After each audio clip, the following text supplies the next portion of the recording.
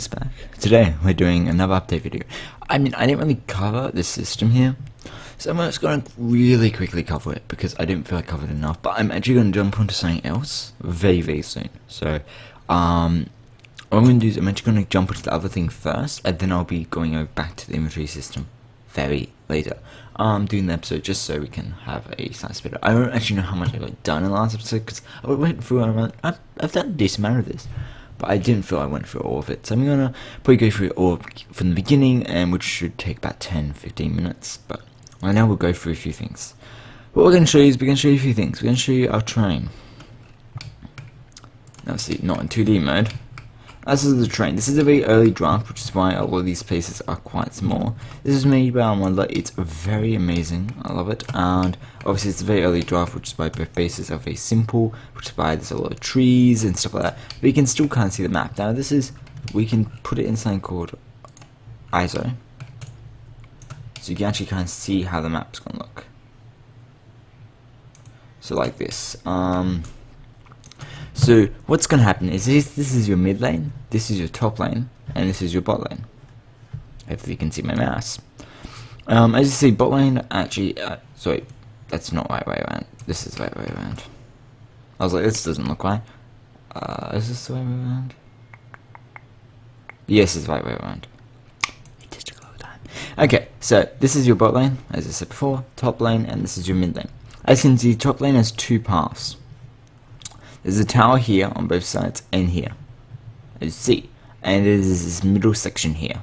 I think we're just going to push the towers forward a bit, so there's one here, like this, and make it so this one's here, and then put an inhibitor here, or like a side thing. I don't know, we're still undecided how that's going to work, or I don't know, but still. And then we go, obviously as you see, mid lane actually has 3 towers, even though we only have 2. Don't know why it's 3, but there is 3. But mid lane we only have 2 towers in the final release. And then bot lane obviously has 3 here too. It's probably just because the map's longer. But it will only have 2. For bot we'll have 2, mid we'll have 2, but top we'll have 3. And that's kind of the thing. And there's trees. As you see, this is the roamer's jungle. Here, over here. This is kind of the roamer space, and then all these here is the jungle. So you see, you know, it's quite open to mid, and bot is quite closed actually, as you see. To get to bot, you have to really go down one path, and that's what we kind of did. We kind of made it that way. Well, I mean, that's like in most games, but there may be a slight split off into here to kind of get behind this tower, and another split of it over here to kind of get behind this tower. Obviously over here this is quite open. This is very open. I mean, you got this open area here, you got this open area here, here. Very much more open than mid, even though mid is very open. So yeah, I just think the jungle's quite straight, and it's not, you know, quite zigzaggy and all that stuff, just because that's kind of how you wanted it. But that's basically the map, or a draft of the map, shall we say? Not new scene, open scene. Oh man. Now we're going to go back to inventory. Now this is actually an old inventory system, so we better go back to ability test, which is the new inventory system. I'm going to turn off ISO and back onto 2D mode. So this is our mode. Now let's talk about it. So how our inventory system works is very much like what I was talking about last time, in the way that this is the order of hierarchy. Like that. So what we do is we have our item manager, and the same for abilities. And the item manager allows us to add items, remove items, and whereas ability manager just allows us to add abilities, because why would we need to remove them? And we have something called remove last items, change items, all this stuff. So you can change around your items, and this is just a very simple script of change items. It just switches them, literally. It's not great, but it works pretty well. Uses my classic interchange system, which I don't know if it's really classic for me, but I use it quite a bit in all my systems that require changing, and it's basically just having a variable that just stores things that I call interchange. Okay, an update function, we're just saying that we're active, and saying that we're active does not mean that we're actually activating them. Does not mean that we've pressed the button. It just says that they're their effects are active. So if you're going to disable effects, you could just then say this effect is not active for 3 seconds, right? Not too bad. Item panels. These are just loading all the item data, so what the items look like. And this is a very cool system, so we don't actually have to load the text in. The actual item panel actually contains all the data for the item. So we have 2 cases of holding data for it. So that means that we could either do it off the panel or we could do it off whatever we want, but we still have 2 cases of it.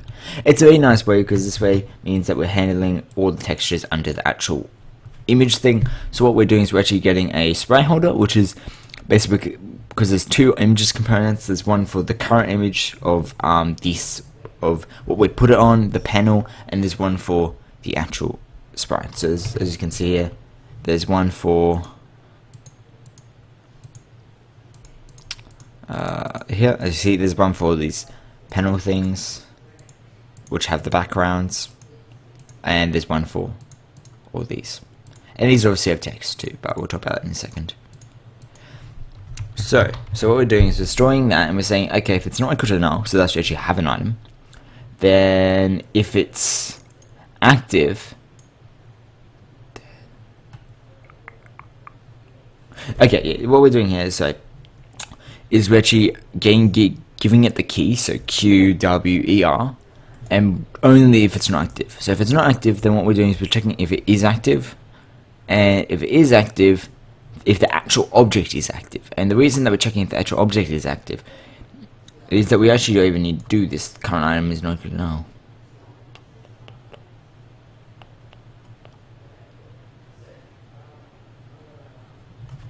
You can just do that.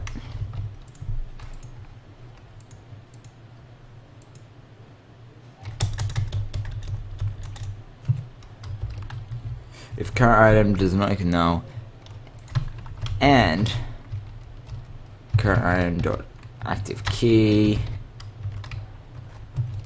is not equal dot none.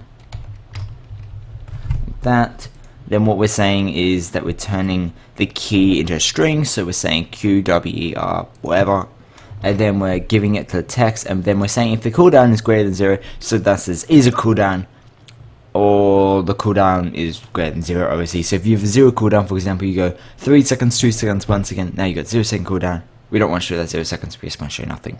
So then we will just say this, and this 0.0 is saying that we want at least we want an integer with a max of 1 decimal.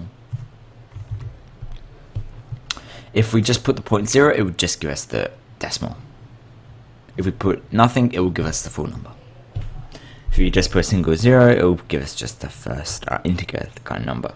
And now we're checking that item texture is equal to null. If it is equal to null, then we're just turning off the game object, so we don't get this white thing, alright? And then we're checking if the stats are equal to not equal to null. So that's the item actually gives you stats. If the item actually gives you stats, then we're gonna set active to true, which should actually be equal to the item texture. That must have been a problem if I must have typed it, but then we're going to do it. So now if we activate it, you should see, I think there's going to be an error. There's no error, good. Okay, great. And the point that I was saying before was that this was having text of none and or no, and it just didn't work because if you were having a passive, then it would have been broken, so that's why I changed it right then, if you're wondering. And oh, that's not good. This text hasn't been copied across.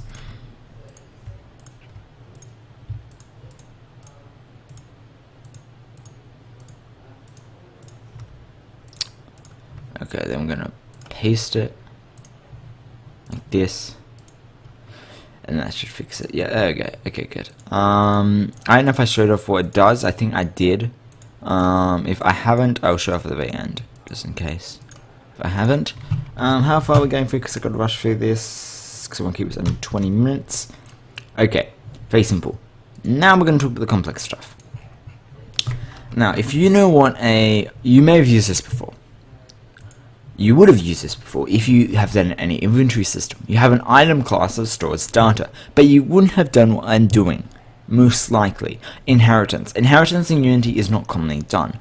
And if it is done, it's done very rarely and not very used. This is the first time I've ever used inheritance in Unity. If I've ever coded with Java, not JavaScript in Unity, but Java itself, for example, for Eclipse, or for any other program that uses Java, if you've ever modded Minecraft or anything like that, you would have known that it uses some kind of inheritance. Now, it uses a parent-to-child relationship, like what we have in Unity. This is a child, this is a parent, you know, kind of thing. So if we look through here, this is a child to this is a child to this, you know, it goes all the way up to canvas. Same thing in this script. There's not much difference. And the only difference in the script is that it's not an object, it's actually just a script that's been inherited. So, for example, if you, we'll give the Minecraft example, I guess. I did mod a Minecraft a little bit when I was a bit younger, probably like 3 years ago almost.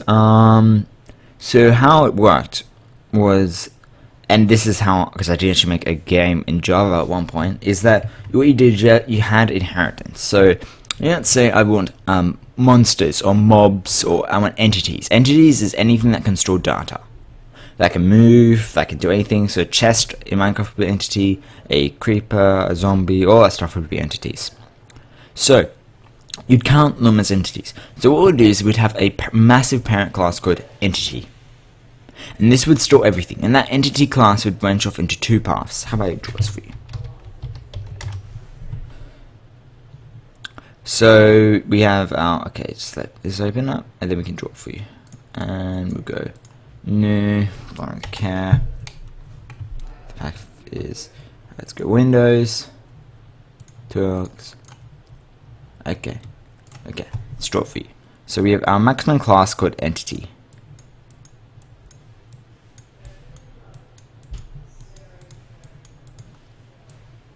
Entity, right? This is our max class, this is our top class, and this branches off into two paths. It branches off into a static and a non-static.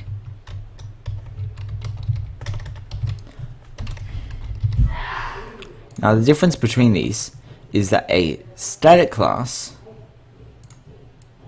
as shown over here,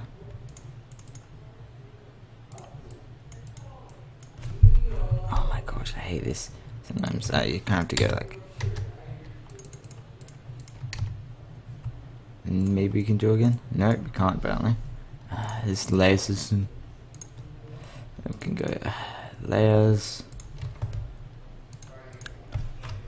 Yep, let's merge down, let's merge down, there we go, okay. I know there's a key shortcut for it. So this static layer over here, and this line static, this is like chests, so this would branch off into multiple paths like this, and this could branch off into a path like, I don't know, chests, like furnaces, and others kind of thing. So I don't know, like any other kind of thing. And I'll just quickly merge these down. I know there's a shortcut for it, but I can't remember. So, next, this non-static class would actually be branching off into multiple other paths. So it'll be branching off into saying like monsters, players, passive. So we will just do something like this. So this can be monsters, this can be passive, and this can be players.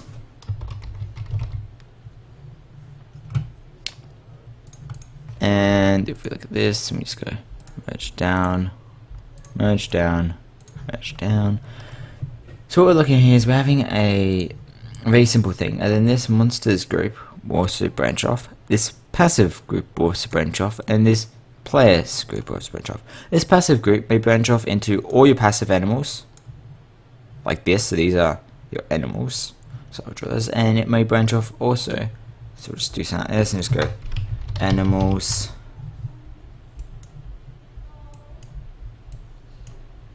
This, and this may also branch off into your passive aggressive.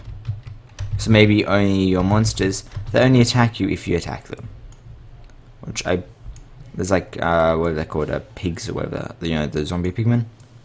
I think that are they zombie pigmen? Yeah, they are. And they are passive aggressive. They don't attack if you attack them. I'm sure there's others. Then monsters was also split off into. Also split off into all the monsters, and they may also split off into a category called bosses, and then they also split off into other categories like actual monsters. This is getting a bit messier. Than monsters will split off into the actual monsters, not backed entity, I don't know, whatever, and players will split off to all your players. So I know that looks messy, but maybe you kind of got an idea of what I'm talking about with this entity thing. Is that the reason entities are so powerful is that every one of these things count as non-static creatures. Everything here, right? Whereas everything here counts as static. And I just marked that up, so we'll just remove that. And then it means that all these creatures here count as passive, but maybe they also count as aggressive. So, you know, for that case, these won't count as aggressive. Whereas all these also count as players, but those count as non-static. All these bosses count as bosses, but as well as monsters, as well as non-static. So it means if you say give me every non-static, it will give you every boss. Every boss. And if you say give me every boss, it will give you every boss. If you say give me every entity, it will give you every single one of these. That's how inheritance works. Is that, and now the reason this is so powerful is that now in my script, every item has their own script. And it's got this inheritance of item. But what this means, excuse me, what this means is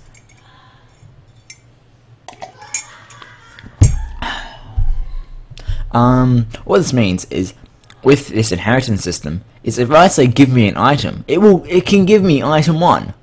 Item 1 is still counted as an item. So when I say here add item, new item, item, and when I am asking for an item, I'm giving it an item even though it's not called item. Even though it's not physically the item script, this could be called cow, and I could still give it to it.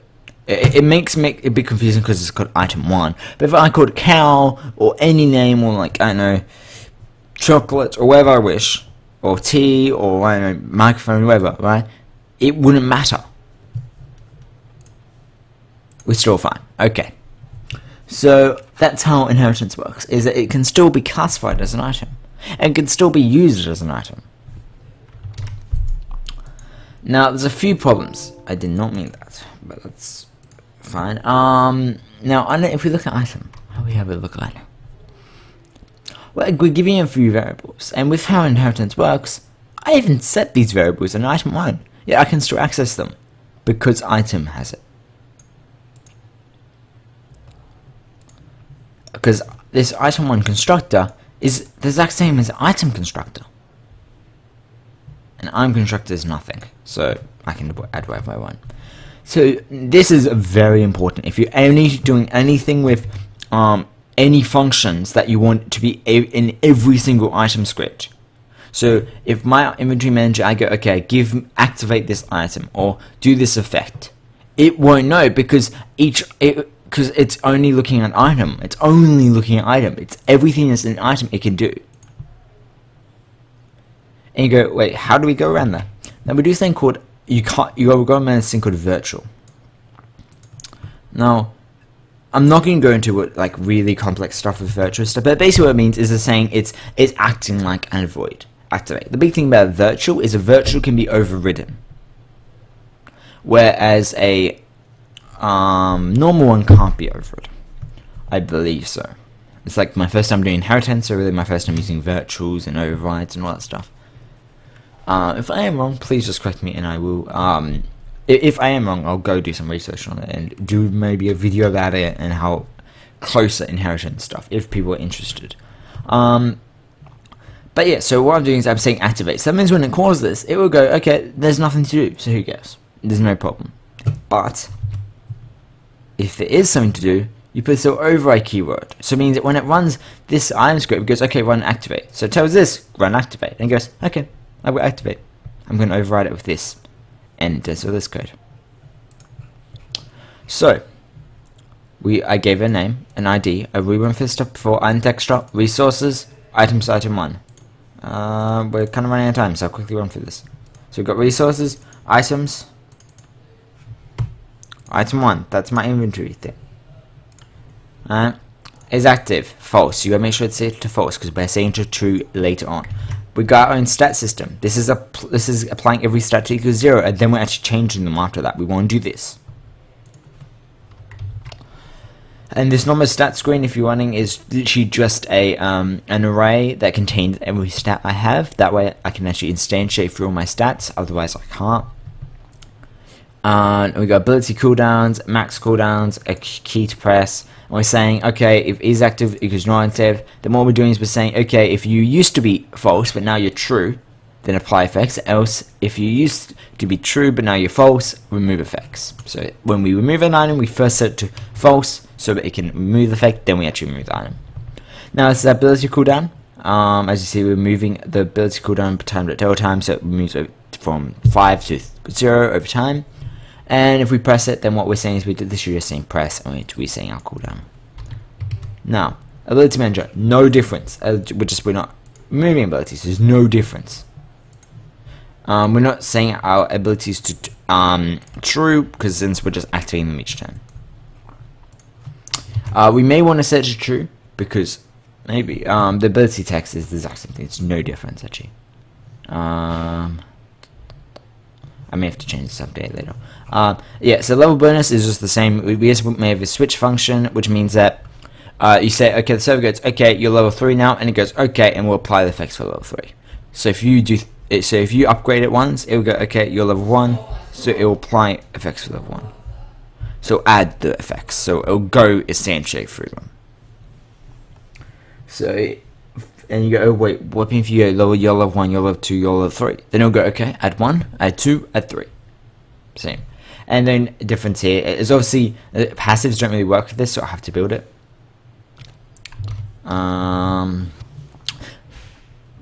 But what actually no, passives will work. We'll just have like a little passive activator on this one, and we'll say we'll have a little bonus like here, and we'll say, okay, if you are passive, then if level bonus is equal to 1, then we just set a boolean to true, and then we can do the passive just once.